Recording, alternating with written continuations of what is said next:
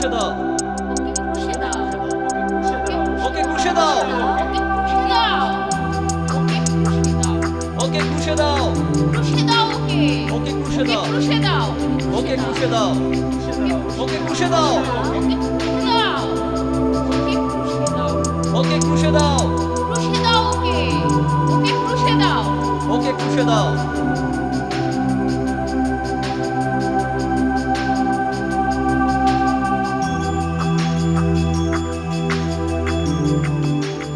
ঠিক এমনি করেই চেঁচিয়ে উঠেছিল সেই সব মানুষেরা যাদের পাপমুক্ত করার জন্য যীশুখ্রিস্ট মানুষ রূপে এই পৃথিবীতে এসেছিলেন।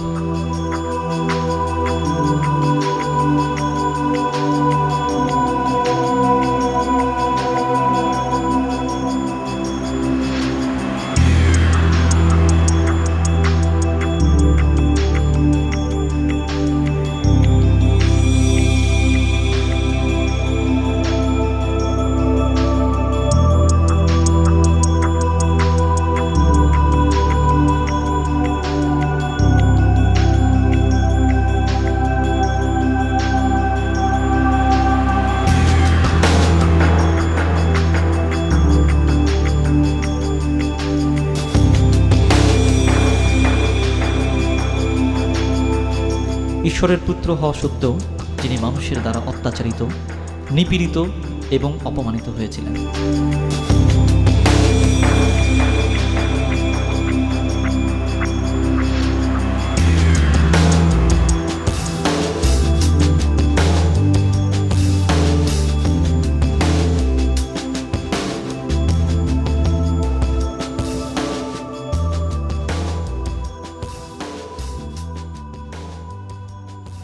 সর্বশক্তিমান হয়েও মুখ বুজে যিশু সৈন্যদের চাবুক ও বর্ষার আঘাত সহ্য করেছিলেন।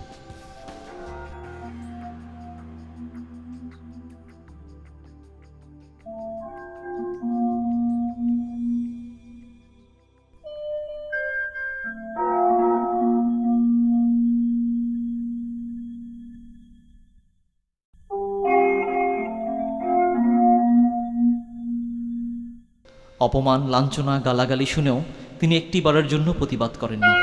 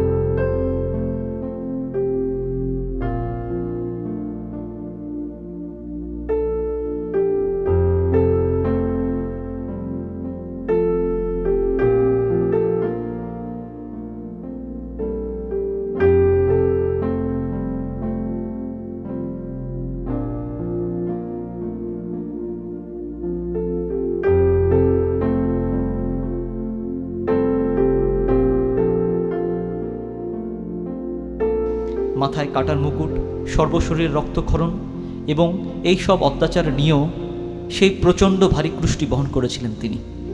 আরোহণ করলেন কালভেরি পর্বত, পৌঁছলেন গোলগাথা নামক সেই স্থানে যেখানে নির্মমভাবে ক্রুশে দেওয়া হলো তাকে। তারই বহন করা ক্রুশে হাতে ও পায়ে পেরেকবিদ্ধ অবস্থায় প্রচণ্ড যন্ত্রণার মধ্যেও মানুষের বিদ্রোহ শুনেও তিনি সবাইকে ক্ষমা করলেন।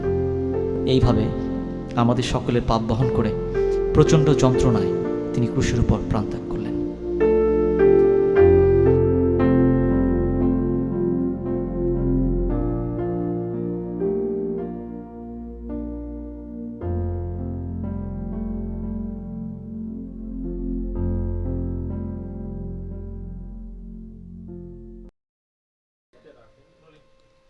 কিন্তু মৃত্যুকে জয় করলেন ঈশ্বরপুত্র যীশুখ্রিস্ট।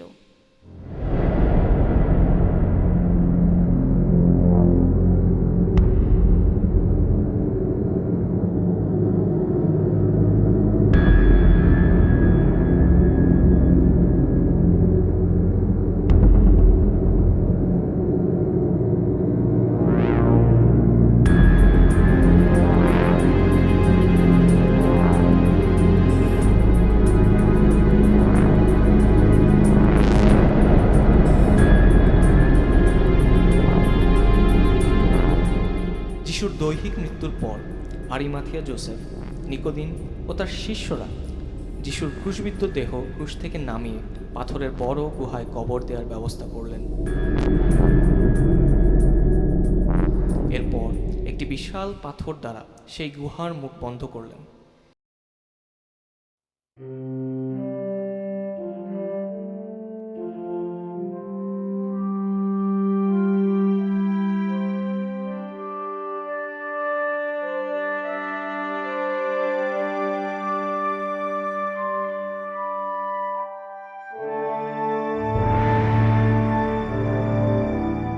কিন্তু পুনর্থিত হলেন ঈশ্বরপুত্র যীশুখ্রিস্ট। যিশুর মৃত্যুর পর তৃতীয় দিনে ভোরবেলায় কবরের কাছে আসা ম্যাগডালিন ও মরিয়মকে প্রভুর এক দূত জানালেন যে যিশু সেখানে নেই, তিনি মৃত্যুকে জয় করে পুনর্থিত হয়েছে।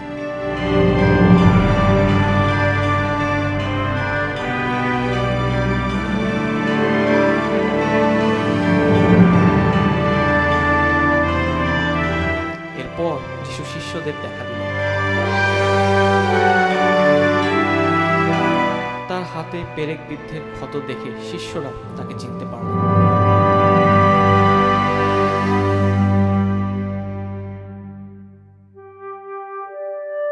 এরপর গালিলী পাহাড়ে যিশু তার শিষ্যদের দেখা দিলেন। তিনি তাদের আদেশ দিলেন যেন তার দেয়া শিক্ষা তারা পালন করেন। তারা যেন সমস্ত জাতির কাছে সেই শিক্ষা প্রচার করেন।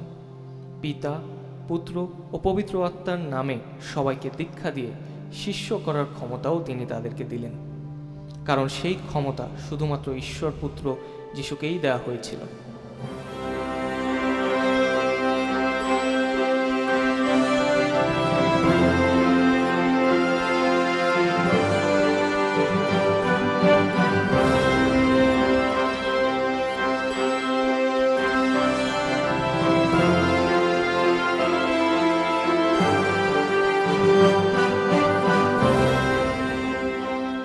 যুগের শেষ পর্যন্ত তিনি আমাদের সঙ্গে আছেন, এই প্রতিজ্ঞা করে যিশু স্বর্গরোহণ করলেন।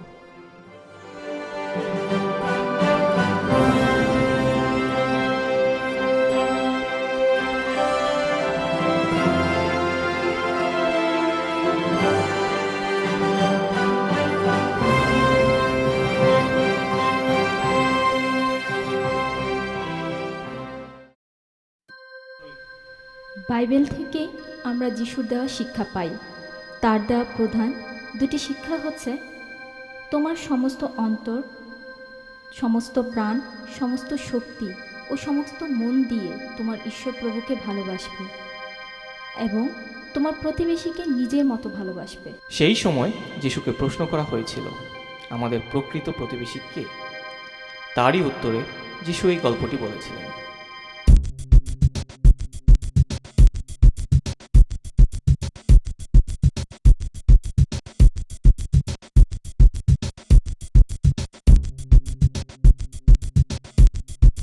এক লোক জেরুজালেম থেকে জিরিহো যাচ্ছিল।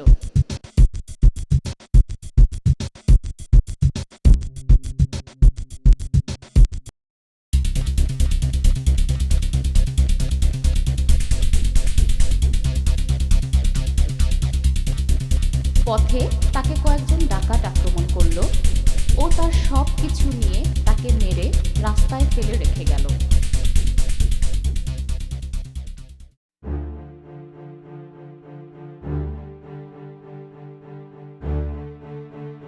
পরে একজন পুরোহিত সেই পথ দিয়েই যাচ্ছিলেন। তিনি সেই পড়ে থাকা লোকটিকে সাহায্য না করেই পাশ কাটিয়ে চলে গেলেন।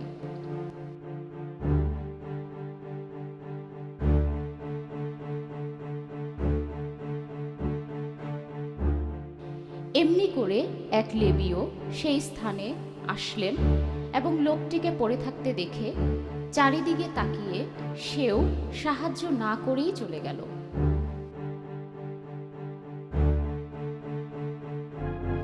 অবশেষে সমরিয়া প্রদেশের এক লোকও সেই পথ দিয়েই যাবার সময় আহত লোকটিকে দেখতে পেল।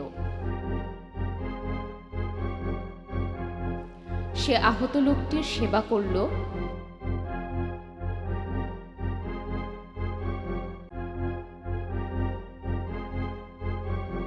এবং তাকে একটি হোটেলে নিয়ে গেল।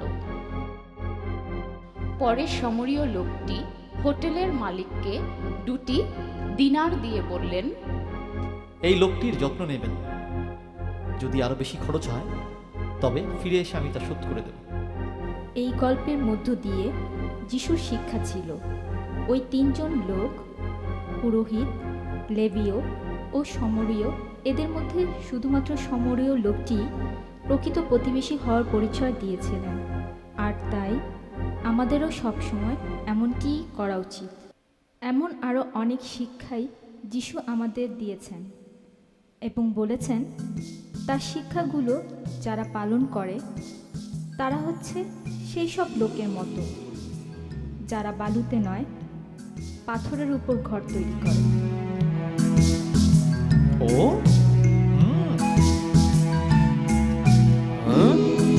দেখ,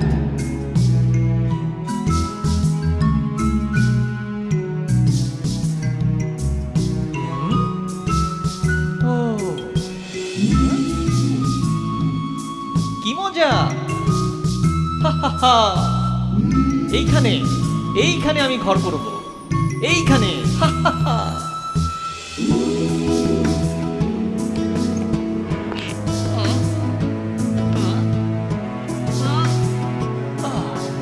আমি এইখানে ঘর করব, আমার মতন করব। আমিও করব।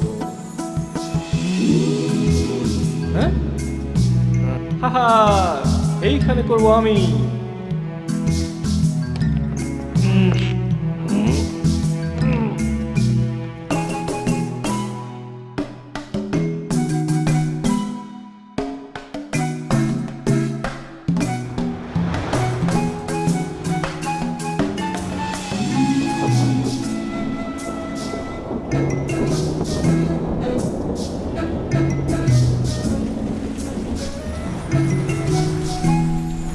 কি সুন্দর বৃষ্টি পড়ছে। হ্যাঁ, ঘর হচ্ছে, কি হবে? হ্যাঁ? না না, আমার ঘর। না।